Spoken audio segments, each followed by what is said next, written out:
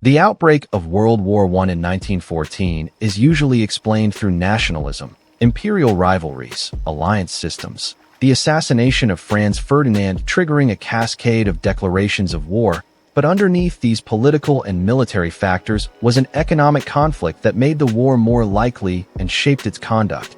And that conflict was over who would control global finance and trade. Whether Britain and its gold-based financial hegemony centered in London would continue to dominate, or whether Germany's rising industrial power would translate into financial dominance, whether the international monetary system would remain centered on British institutions and the pound sterling, or whether German banks and the mark would displace them. And this wasn't just abstract competition. It had concrete implications for who could finance wars, who could sustain them, whose currency would be trusted in international trade, whose banks would profit from global commerce, and the British financial establishment understood that Germany's economic rise threatened their position, that if Germany became the financial center of Europe, it would end centuries of British dominance, and they were willing to fight to prevent this. And Germany understood that British financial power gave Britain advantages that Germany's superior industrial production couldn't overcome. That London's role as global financial center allowed Britain to finance allies, to impose blockades, to manipulate currency and credit markets in ways that hurt Germany, and that breaking British financial hegemony was essential to Germany becoming a true great power. So when war came, it was partly a war over money, over who would control the institutions and currencies and credit systems that governed global commerce. And the conduct of the war was shaped by this financial conflict, with Britain using its financial power to sustain a longer war than Germany could afford, to finance allies who would have collapsed without British credit, to impose blockades that starved the German economy, while Germany tried to break British financial power through unrestricted submarine warfare and through attempting to create alternative financial networks. And the war's outcome was determined as much by financial exhaustion as by military defeat. Germany collapsed economically before it was defeated militarily, ran out of money and credit, while Britain, despite being equally exhausted, could still borrow. And the post-war settlement reflected this financial victory, establishing a system that preserved British financial influence for another generation even as British military and imperial power declined.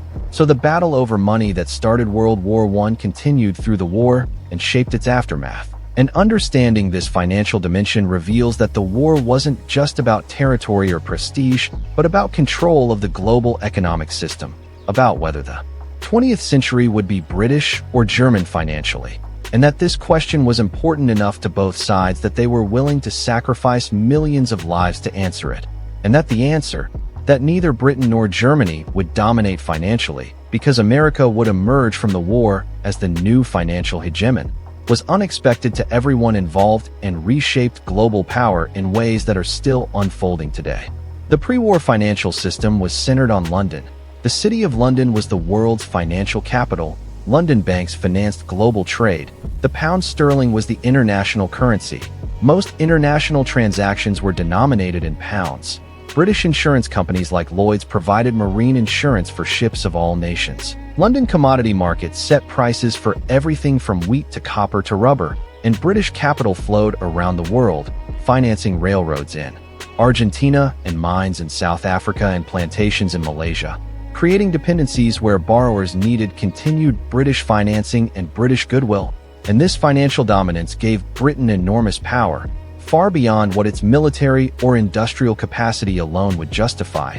Britain's industrial production had been surpassed by both the United States and Germany by 1900. Britain's population and military were smaller than Germany's, but Britain remained the dominant global power. Because of financial hegemony, because London controlled the money that made international commerce possible, and this control was institutional and accumulated over centuries. British banks had relationships with banks in every major city, had correspondents who could facilitate transactions, had trust networks that enabled credit across borders. British insurance and shipping and commodity trading created interlocking services that were difficult to replicate, and the gold standard centered on London.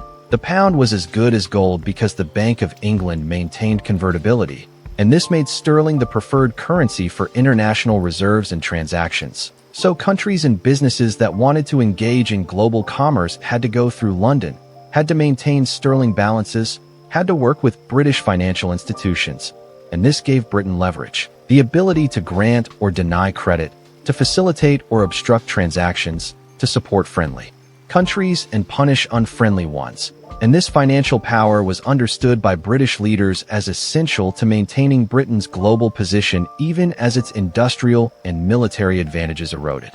Germany's economic rise challenged this system. Germany had industrialized rapidly after unification in 1871. By 1900, German industrial production exceeded British production. German steel and chemicals and machinery were superior to British equivalents. German railroads and infrastructure were more modern. German education produced more engineers and scientists. And Germany was developing its own financial institutions. German banks like Deutsche Bank and Dresdner Bank were expanding. Internationally, financing projects in the Ottoman Empire and Latin America and Asia, competing with British banks, and Berlin was developing as a financial center. German mark-denominated bonds were being issued. German banks were accepting international deposits. And there was a real possibility that Berlin could challenge London's financial dominance, that the mark could become an alternative reserve currency to sterling, that German financial institutions could capture a significant share of global business. And if this happened, Britain's financial power would decline. Its ability to finance its own government would be compromised because it depended on foreign willingness to hold sterling. Its ability to influence global events through financial means would diminish, and Germany would gain the same advantages that Britain currently enjoyed: the ability to finance wars and allies through credit creation, to impose financial pressure on enemies, to profit from global commerce flowing through German institutions. And British financial elites understood this clearly, saw Germany as existential threat, not just militarily, but financially, and were willing to support policies that would contain Germany even at the risk of war. The specific triggers involved trade and credit.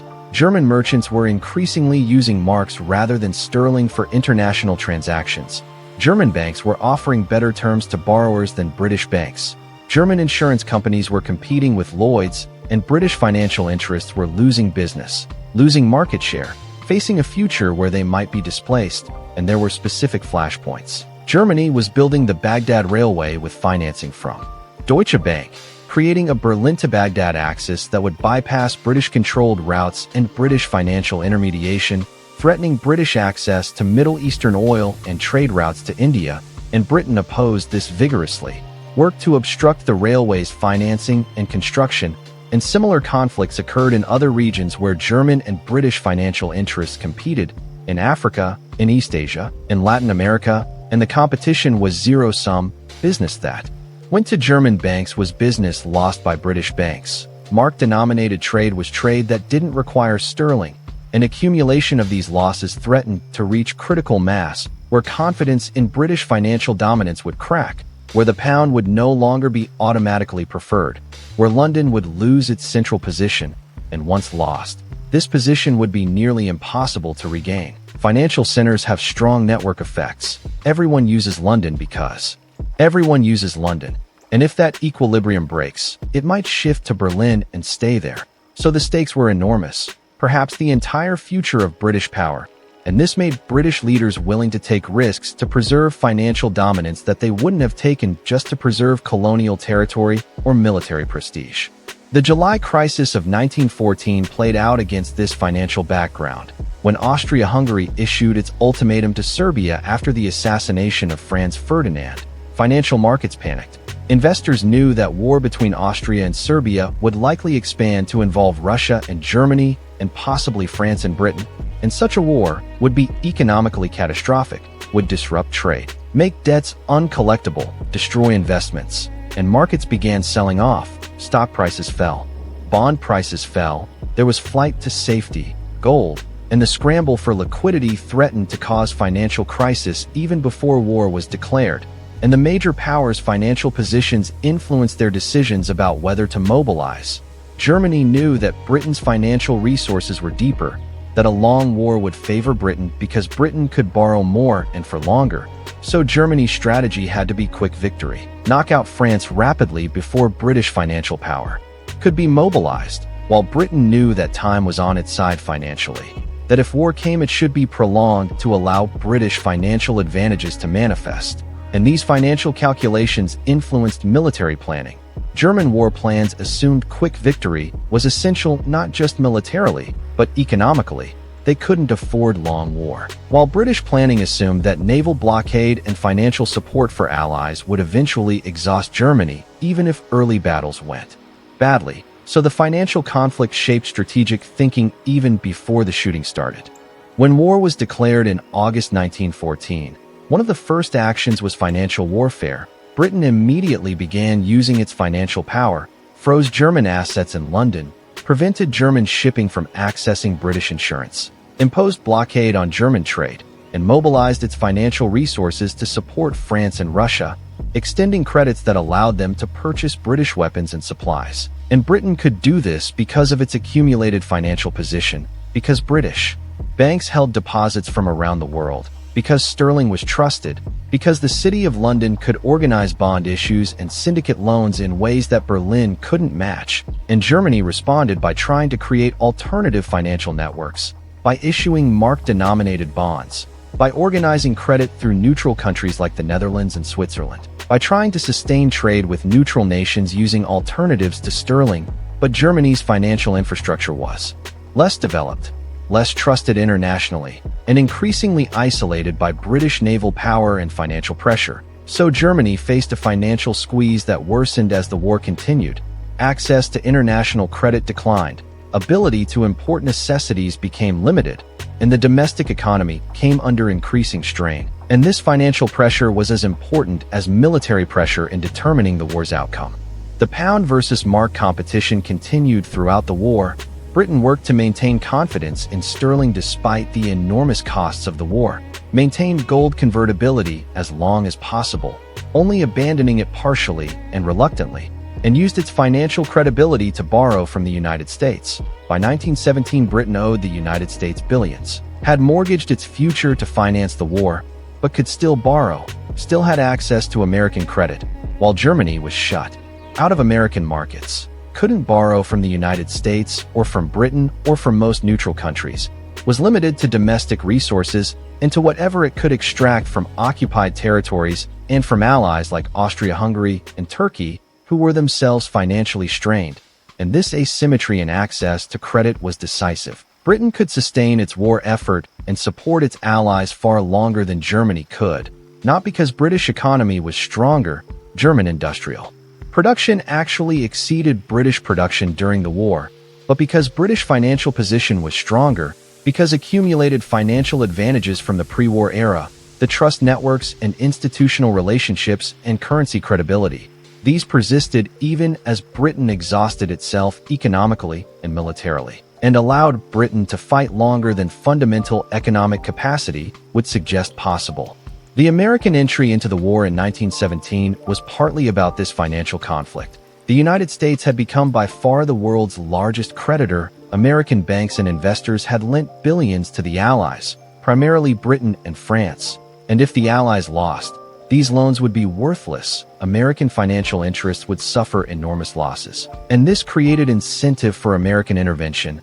Not the only incentive. There were genuine security and ideological concerns, but the financial interest was real. Preserving the value of American loans to the Allies required ensuring Allied victory.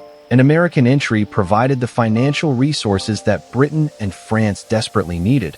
American credit sustained the final year of the war. American industrial production supplied the weapons and materials. An American entry also marked the shift in financial hegemony. The United States replaced Britain as the world's financial center. New York challenged London. The dollar began displacing the pound, and by war's end America was the dominant financial power.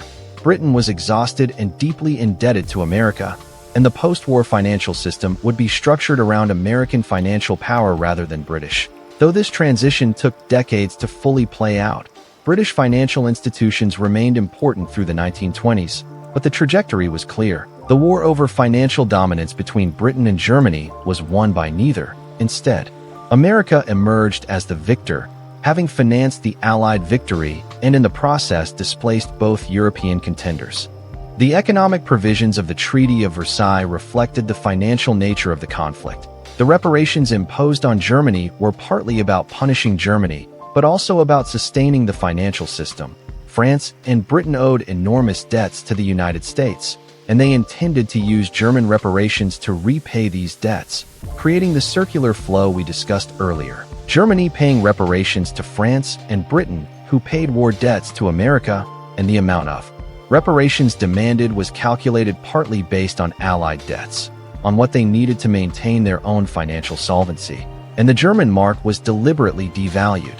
German gold reserves were seized, German foreign assets were confiscated, and this financial destruction of Germany was intended to prevent German economic recovery, to ensure that Germany couldn't challenge British financial position again. But it backfired spectacularly.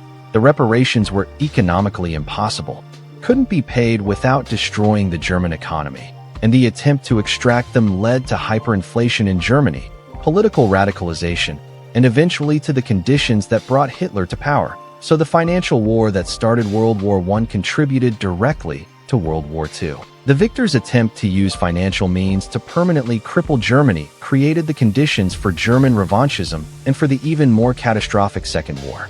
The lessons about financial power in war are profound. Financial capacity is as important as military capacity in modern warfare. Wars are won by the side that can sustain them financially, not just by the side with the best armies. And financial power is accumulated over long periods through building institutions and relationships, and currency credibility can't be created quickly in response to crisis. Germany's industrial superiority wasn't enough to overcome British financial advantages, built over centuries, and financial warfare, blockades and asset freezes and credit denial.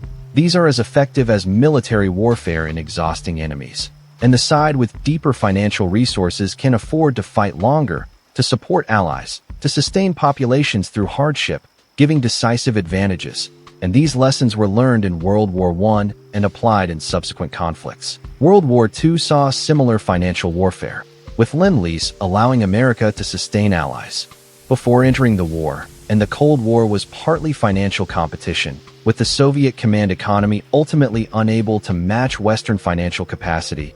And modern conflicts increasingly involve financial elements, sanctions and asset freezes and exclusion from financial systems like SWIFT. These are weapons that can cripple countries without firing a shot, and they work because of accumulated financial power. Because control of key institutions and currencies creates leverage that can be used coercively. And this is the legacy of the financial conflict that contributed to World War I. Understanding that money is power, that control of financial systems is worth fighting for, and that wars are often fundamentally about money even when they appear to be about ideology or territory. The counterfactual where Germany had won the financial competition with Britain is interesting to consider. If Germany had successfully displaced London as the global financial center before 1914, if Berlin had become the hub of international finance and the mark had become the dominant reserve currency, would war have been avoided? Or would Britain have fought anyway to try to prevent this displacement? Probably Britain would have fought, because the financial position was understood as essential to British power. Losing it would have relegated Britain to second-tier status, would have ended the empire's ability to sustain itself. So Britain had strong incentives to fight before the displacement became complete, while Germany had incentives to delay conflict until its financial position was stronger. And the fact that war came in 1914, when British financial dominance was still intact but visibly eroding, suggests that timing was influenced by financial considerations. Britain fighting while it still had financial advantages rather than waiting until Germany had closed the gap, and Germany perhaps believing it had to fight before British financial encirclement became complete, before British financial power was used to isolate Germany and prevent its rise. So the financial competition created incentives for war on both sides, made war more likely than it would have been based purely on territorial or military considerations. And this suggests that future financial competitions between the dollar and the euro, or the dollar and the yuan, these could similarly increase the risk of conflict, could create situations where established financial powers feel threatened enough to fight, where rising powers feel constrained enough to challenge, and where miscalculation leads to catastrophe. The battle over money that started World War I reveals that modern wars are financial as much as military, that control of currency and credit and financial institutions is a form of power worth fighting for, that accumulated financial advantages can offset military or industrial disadvantages, and that financial exhaustion can defeat countries that haven't been conquered militarily. Germany in 1918 hadn't been invaded, its armies were still in the field, but it was financially and economically exhausted, couldn't continue fighting, and had to surrender, while Britain was equally exhausted but could still access credit, still had financial resources to draw on, and this asymmetry determined the outcome, making the war fundamentally a financial victory for Britain, though a Pyrrhic one because the costs exhausted British financial power and led to its replacement by American power. So Britain won the battle but lost the war, preserved its financial position against German challenge, but only by mortgaging it to America, destroying in the process the very financial dominance it was fighting to preserve. And this irony, that fighting to preserve financial hegemony led to losing it, that the war over money impoverished the victor as much as the vanquished, that World War I destroyed the financial system it was fought over, creating space for American hegemony that neither European combatant wanted. This irony encapsulates the tragedy of the war. Millions died. Empires were destroyed. Economies were ruined. To answer a question about who would control global finance, and the answer was none of the combatants. Instead, a neutral that became belligerent late would inherit the financial system that Europeans had bled themselves white fighting over, making the battle over money that started World War I perhaps the most expensive and pointless financial competition in history, destroying more wealth than it could possibly have created for any winner, and teaching lessons about the costs of financial competition and the dangers of treating currency dominance as worth any price. Lessons that we may need to remember as we enter a new era of financial competition between great powers, hoping that this time we're wise enough to learn from history rather than condemned to repeat it.